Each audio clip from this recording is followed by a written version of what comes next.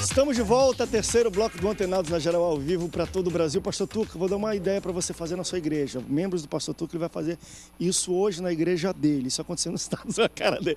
Olha o que aconteceu em La Salle Street Church de Chicago, no estado de Illinois, nos Estados Unidos.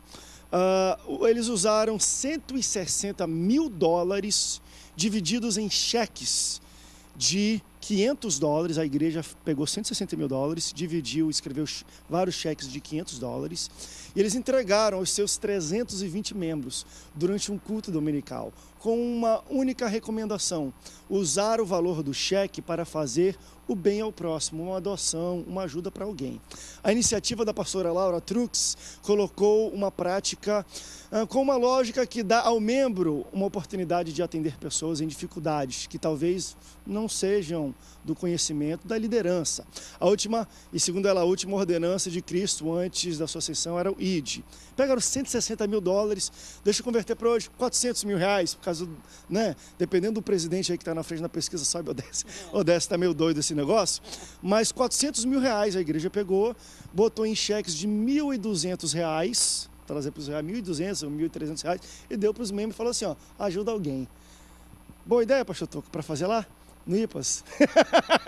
Se tivesse até um fundo, a gente faria, né? Me fala o que vocês acham desse tipo de iniciativa, de não necessariamente a igreja faz aquilo, mas ela dá ao membro a responsabilidade de alcançar alguém de maneira social, uma ajuda social.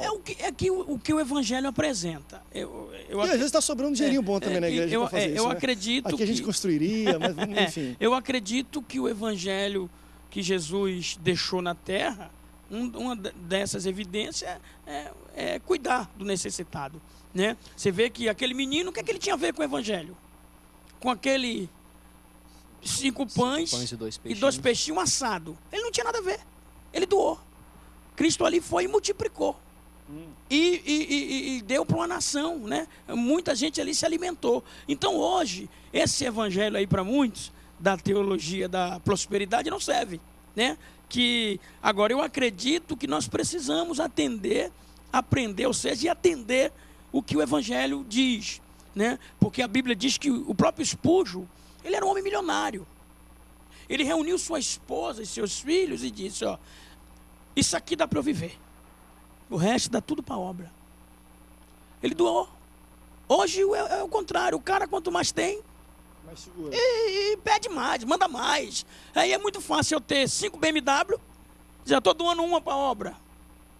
É ruim ter uma e doar a única para a obra. É isso que Jesus está mandando.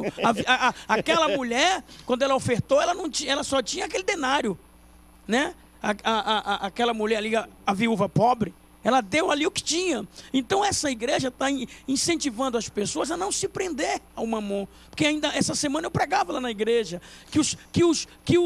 mas ela deu o dinheiro da própria igreja, né? Ela falou, querido, pega o seu dinheiro e dá para alguém.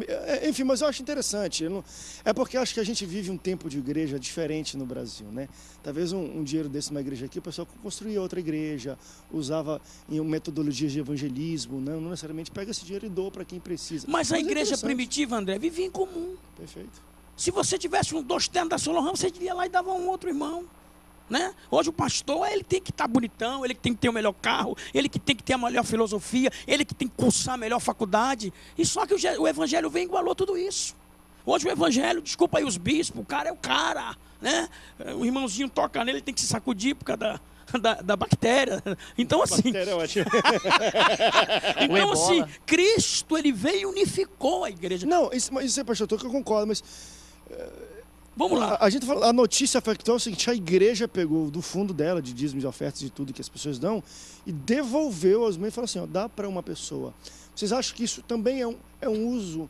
Porque talvez muita gente hoje aqui fala, pô, é mau uso do dinheiro da igreja. Não, é um bom uso. Vocês acham que é um bom uso do dinheiro da igreja? Um bom uso. Com certeza. Um bom uso. Porque através disso pode também alcançar outras almas que estão aí necessitadas. Com certeza. Tanto com o evangelho como com a necessidade. Não adianta pregar o evangelho e não matar a fome de ninguém. Exatamente. É necessário pregar o evangelho e também matar a fome. Isso. Porque você pregar para alguém e deixar ela de mão de barriga vazia... Receba aí, querida, né? Isso. Receba Já que a igreja tem condição de ajudar, se não ajuda, peca.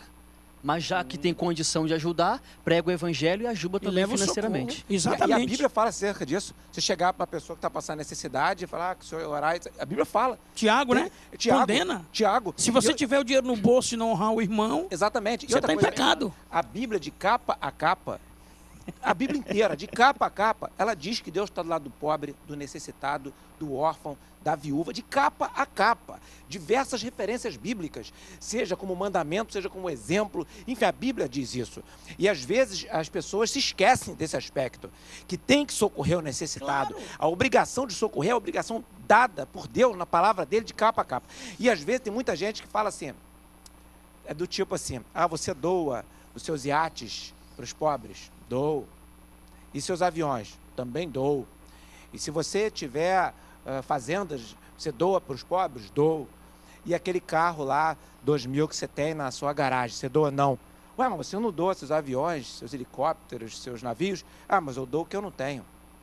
Tem muita gente, o que eu tenho eu não dou. Entendi. O carro que está na minha garagem é meu. Eu dou meus aviões, pai. Não tem nada. O que acontece? Às vezes, isso é muito comum no Brasil. Quer ver? No Brasil, as pessoas falam assim, a política é cheia de corrupção. Não sei aonde é cheio de corrupção. Aí se você perguntar pro cara, no seu trabalho tem corrupção? Você já tentou dar um jeito lá, falar pro teu chefe, para mudar os desvios? Não. Aí chega o cidadão que é de uma instituição A, lá tem corrupção. Eu perguntei, na sua? Tem? Você já viu? Já corrigiu? Você já fez a proposta? Então as pessoas, às vezes, se propõem a resolver o que é problema dos outros. O Mahatma Gandhi falou uma frase... Tirar o cisco do olho dos outros, tem uma trave no seu. Jesus falou isso. Jesus falou isso. O Mahatma Gandhi falou assim, seja a diferença que você quer ver no mundo. Então as pessoas, às vezes, elas não se colocam no lugar de falar, eu tenho que fazer a minha parte, eu tenho que mudar, eu tenho que ser a referência, e ponto. Se a gente não é... Jesus falou, olha só, os evangélicos, nós evangélicos, às vezes, tem mania de nos outros, mas se um evangélico faz uma besteira, a gente vai... Corporativismo, né? Às vezes defende sem que o próprio cara se defenda. O cara sabe que está errado, o cara se esconde, o cara fez besteira, se coloca mal, não pede desculpa e a gente quer defendê-lo. Jesus foi muito claro, se a vossa justiça não exceder a justiça dos escribas e fariseus, de modo nenhum entrarei no reino dos céus. Jesus que falou isso. Se é bonito, se é feio, se é agradável, se é desagradável, se nós não buscarmos a justiça plena, referenciada em Deus, nós não vamos entrar no reino dos céus. Então, acontece que às vezes as pessoas não enxergam isso. Crente não é régua. Crente erra. Crente dá mau exemplo. Crente faz campanha política perdulária, dando mau exemplo para o mundo. E não sei onde é que arruma dinheiro para fazer isso. Crente faz coisas ruins. Crente vai para o Congresso e erra. Crente assuma cargo público e erra. Crente abre a boca e fala besteira. Crente desonra outro publicamente às vezes. Então, o problema não é isso. O problema é que se errou, se corrija. É isso aí. Porque não é que o crente, o evangélico, não possa errar. Ele é ser humano, é vulnerável.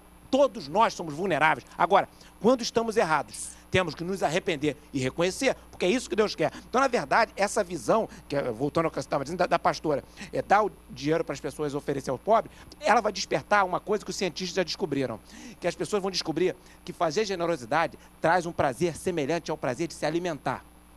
Então, quer dizer, faz bem para quem é generoso, faz bem para si próprio.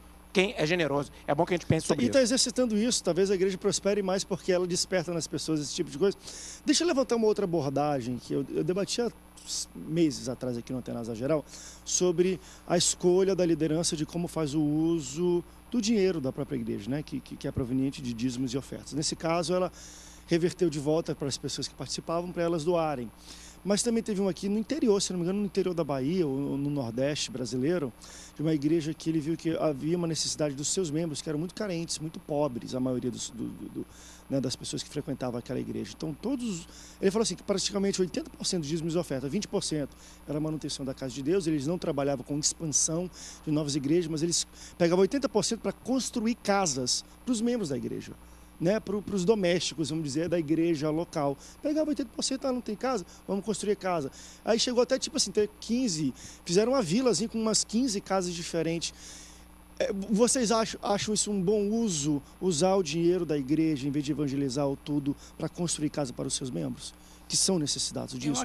Como é que vocês entendem isso? Porque no dia do debate, teve aqui um pastor falou, André, eu não vejo Eu não vejo Jesus construindo casa para ninguém, não. Ela não é a nossa casa, mas se é carente, enfim, né? Eu não estou vivendo a vida das pessoas também para julgar elas, mas vocês acham ou não acham um bom uso? Eu vou falar no tom da Bíblia. Um grande profeta, um homem que quebrou a ponte para seguir Elias. Aquela mulher disse, ele passa, a mulher olha ele passando, vê ele passando e diz: vejo que é um santo homem, faz para ele aí uma cobertura. Eliseu, né? Então o que acontece? Jesus jamais, irmão, ele ia dispensar alguém. Se Cristo fosse pastor hoje de uma igreja, quanto é que tem no caixa aí? Cristo, eu acredito. Ele ia mandar construir, ainda mobiliar, ainda dar... Porque assim, o dinheiro da igreja não é para fazer filantropia, é para ajudar. O que é que trazer todos os dízimos à casa do tesouro para que haja mantimento lá e depois dividir com os santos? Mas as pessoas hoje entendem que o dinheiro hoje, não, nós temos que construir, como o irmão falou aí, mais igreja, mais alcançar alma, mais almas, elas são alcançadas com esse testemunho. Hoje, você vê que coisa bonita, o pastor se preocupar, não só ele está bem estabelecido, porque tem líder aí, desculpe, estou no meu guandenguinho e acabou a história. Estou no meu palácio lá, meu segurança, e quem quiser que mora na favela. E o cara com 1 milhão em conta. Sabe? E está fazendo corrente da prosperidade, culto da não sei da lá das quantas, e o povo, né? Agora, o fato é, Jesus ele diz que os pobres sempre teriam. O que é que ele fez com Maria Madalena? Quando ela foi quebrar ali aquele frasco de perfume para jogar sobre ele. Quem proibiu? Judas, né? Jesus não deixa ela cumprir. Né? Porque os pobres sempre terão na terra. Então é dever da igreja cuidar dos pobres. É dever da igreja que hoje prospera dar conforto aos pobres que seguem a Cristo. Eita Deus, vamos para um rápido break? Receba Tá bom aí. demais, tem muita notícia ainda hoje aí, participe conosco. Os contatos estão aparecendo na sua tela, a gente vai para um rápido break, mas a gente volta já já, não sai daí. Contigo.